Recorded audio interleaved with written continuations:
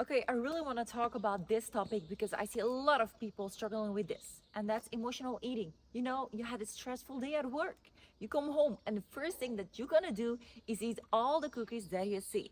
But it's really important where is it coming from and how to deal with it. So, the reason why you're doing this is also because you're so stressing out about a lot of stuff. So, you want to go home, you want to feel relaxed, you want to feel like you can handle a lot of stuff, but that's the thing, it's not dealing with the issue. You're trying to do something else because you feel comfortable. If you eat a lot of fat or sugar increase also like the dopamine. And also if you eat a lot of fat, you feel more of like a comfortable feeling. But that's the thing, it's only because you eat the food, not because you handle the situation. So it's really important if you feel this way, okay, what's the reason why I'm feeling like this? Do I need to handle something else? Do I need to change some things for my work? Maybe your relationship, maybe there are some other problems. So try to handle the main reason why you feel stressed out, because the food is only going to help you in short term, not in long term. But this is also like one of the main issues why you keep doing this, because you create a habit. Because maybe in the beginning you started to eat a lot of food, or you start to eat, for example, like cookies or sweets because you were stressed out. But after a while, maybe everything get better. Maybe you were stressed out because of a relationship, maybe because of your work. But then later you see that everything is going well in your relationship, or maybe you change your job. Everything is fine right now, but that's the thing. You created a habit. And from there, it's really hard to get out of it. Even when you feel so much better at work, still you go home and you're like, I miss something. I need to eat the cookies again because you created that habit. And that's really important to change that habit. It's more about like, okay, this is something familiar, I would say, for your body and for your mind. So that's the first thing that you need to do, is to put yourself out of the context and just think about it. Try to change some other stuff because it's unconscious. Your body and your mind, they want to do the same thing because you created a routine. So try to create a new routine and do something else. So also, where is it coming from? And most of the times is because when we were a kid, we got these kind of like treats. You know, that kind of like, for example, there is a situation and you have a kid, and when they're sad, they kind of like annoying, the first thing they're going to tell your kid is, if you're sweet, if you're brave, I'm going to give you a chocolate when we are home. Or just like be quiet this evening when we go out with our friends. If you do that, you get a chocolate.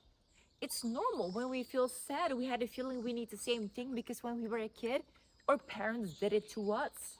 So that's the reason why it's important to understand where is it coming from. Another thing is, we don't know how to deal with a healthy situation. We don't have a healthy coping strategy. So for example, every time when we feel sad or stressed out, we don't know what to do. Sometimes we don't even talk about it. We just leave it there. And the only thing where we can do is not only eating, but it's also like smoking. It's like really bad habits. Some people even they do drugs because we don't know how to handle with these kind of an emotions. And if you feel like food is always for me something where I feel like comfortable with, that's your coping strategy. So it's really important to do something else. What else can we do when we feel stressed out, when we feel sad or angry? It's important to learn this kind of healthy habit instead of like always trying to find something else like sweets, because this is only short term. Like the sugar, it gives us like the dopamine. The fats, it gives us the comfortable feeling, but only short term. Like after 1 hour, you will feel bad. You're gonna think like, shit, I ate a lot of chocolate and sweets, it was good at the moment, but how long is it gonna last? 2 minutes, 5 minutes? When it's in your mouth, you feel guilty. And that's the reason why it's really important to understand where is it coming from and how to deal with it, and how to deal with some healthy coping strategies. So it's really important how to handle with these kind of emotions. And first is identify with it. Observe also your thoughts. Because if you don't know what's going on in your head, then you can't change. So the first thing when you feel angry or sad, it's like, okay, why am I feeling sad?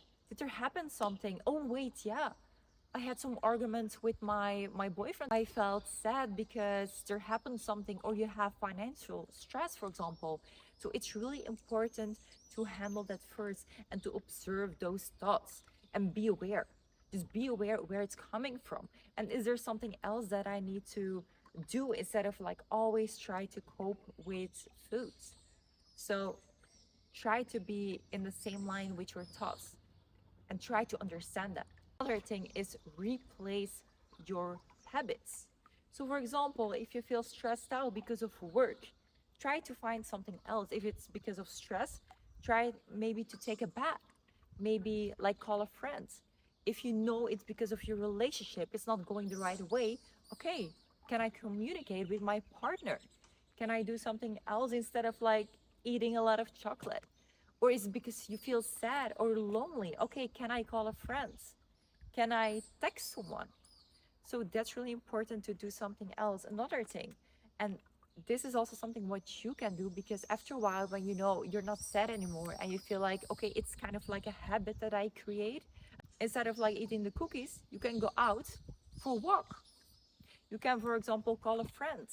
If you feel the urge to eat a lot of things after like lunch or dinner because you created that habit, just try to replace something. Maybe after that, you can do the dishes and you can go out for a walk. You can, for example, ask your friends to do something. And after a while, you will create a new habit. You will stop doing the snacking and you will create something else in the place. Another thing that's really helped for me and also my clients is meal plan. It's so easy. Just know, okay, don't be a whole freak about it. But what you can do is, for example, okay, I'm going to eat at 8 a.m. in the morning, at 1 p.m. in the afternoon, or in the evening, and then you plan ahead. Then you're not going to eat a bunch of cookies or a lot of things, because you know these are my meals. You know you can eat at that time. You make also time to just like eat in general. Some people underestimate how important it is to have like a whole meal plan and to know when you're gonna eat.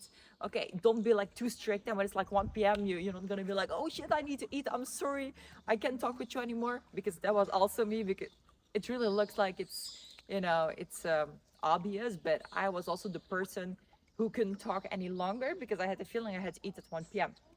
But that was a different stage. I was into a bodybuilding prep, so yeah, I was also hungry much faster. So that's the reason why it's really important to plan ahead, know when you're gonna eat and what you're gonna eat. Otherwise, you're gonna be like, okay, I deserve a cookie, because I'm also with the approach of here and there you can eat a cookie, you can eat some chocolate, but not too much. Because if you don't plan ahead, then you're gonna eat a little bit more that you were planning to eat. So that's the reason why planning is so important. And the last thing, because of course we can talk about creating a new habit, try to plan ahead, try to observe those thoughts. But when it's there for a longer period of time, what I would recommend is to talk with someone who's experienced with, for example, already like the eating disorders. Even if you feel like it's even creating an eating disorder, it's important to talk with someone who can help you. Try to like do some other journaling prompts which can help, but of course like talking to someone is one of the important things that you can do if you feel like you're getting lost in this kind of situation. If you also need some more help, or if you feel like, yeah, this is kind of like a negative habit that I created, you can always talk to me, because I'm also doing the approach not only for losing weight, but also the mental part, because it's not only a healthy body, but it's also a healthy mind. If you feel like you need to talk about it, you feel like you're getting towards a negative spiral, I'm here. I want to help you, to teach you the right guidance to already achieve a lot of stuff, to already like feel free mentally, because it's so exhausting. You give a lot of energy even when you're sitting down, but if you think about all the food, if you think about binge eating, if you think about, yeah, all the snacks that's literally in your kitchen, it's so exhausting. So it's really important to achieve your goal, not only physically, but also mentally. So if you have questions, you can always send me a message. If you want to talk about it, I'm here. So I really hope you enjoyed this. It's really important to understand, okay, it's not only about reaching your goal, but also how you're feeling. And if you want to see more videos like this, just follow me, and I would love to see you next time.